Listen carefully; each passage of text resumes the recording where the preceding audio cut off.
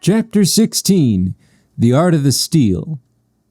One clumsy lap-dissolve later finds Scrooge and the Dementor in the warm and inviting recording studio of local living jazz legend, U.S. Marshal Winston Patrick Culler. Art is his struggle and privilege. He is Sisyphus, music his rock. Miss Frizzle, the laundress, Tilda Swiftkeys, and Mortimer Snurd all show up for band practice, for which Marshall is the front man.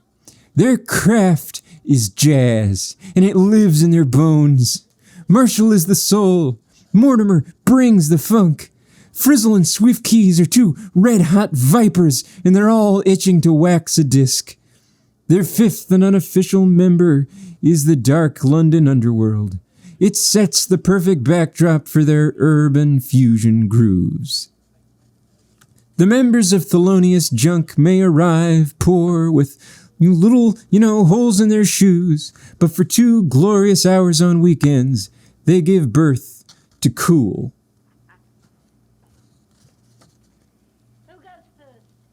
First things first, though, Marshall has his cohorts empty their satchels of the night's pilferings.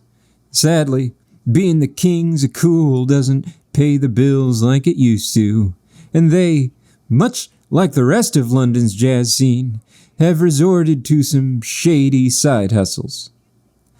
Their success in this venture is all thanks to Snurd, who is the group's hookup for all the houses in the nice neighborhoods with lots of stuff and no locks somehow. The 4 are not entirely without conscience, but these hepcats have rationalized their skullduggery as improvising over the law, which, despite being cute and whatever, will definitely not hold up in court. Snurd presents the first parcel, a small scrotum of bejeweled bits and bobs, a gift from a client, as he puts it. The wide, frog-mouthed klepto recites the contents from his ledger. 1 championship cricket ring, some anal beads, and a derringer that definitely works. Snurd poo-poos at Marshall's appraisal of the lot, a measly 2 crowns, and then it's on to Swiftkeys' offering. She has such an uncharacteristically impressive package this week that even Frizzle, who makes a killing on her worst days, is clearly envying.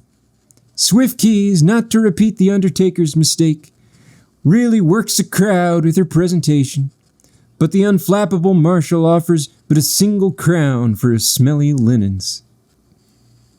It's unclear how the group's friendship can endure such low-balling backstabs, but they seem to make it work. Enough pussyfooting around, declares Frizzle, as she slams her metaphorical dick on the table, sending the other trinkets flying. By Jove, croaks Marshall. What's all this? Everything I could grab from him, that's what, says Frizzle. Velvet socks, gold knickers, some mother-of-pearl crack spoons, and his nicest silk jammies. Marshall's been in the market for some PJs, so he reaches for those first and lets out a shout of surprise. Tug my sack, these are still warm, he says. They ought to be, says Frizzle. I just spent 20 minutes prying him off his body before I came here. The others are clearly impressed, if a little grossed out, and they all agree that the thought of this unnamed fellow without his clothes on is a mental image that they could all do without. But Marshall is over the moon. I could kiss you full on in the mouth, he growls to Miss Frizzle. Don't, she advises him. It's not the first time she's pulled the group's collective testes out of the fire, dear reader. Why she isn't fronting the band is known only to God. They took stuff off dead people? Pretty fucked, says Scrooge, not getting it. If the Dementor had eyes in his sockets, dear reader, he'd be rolling them.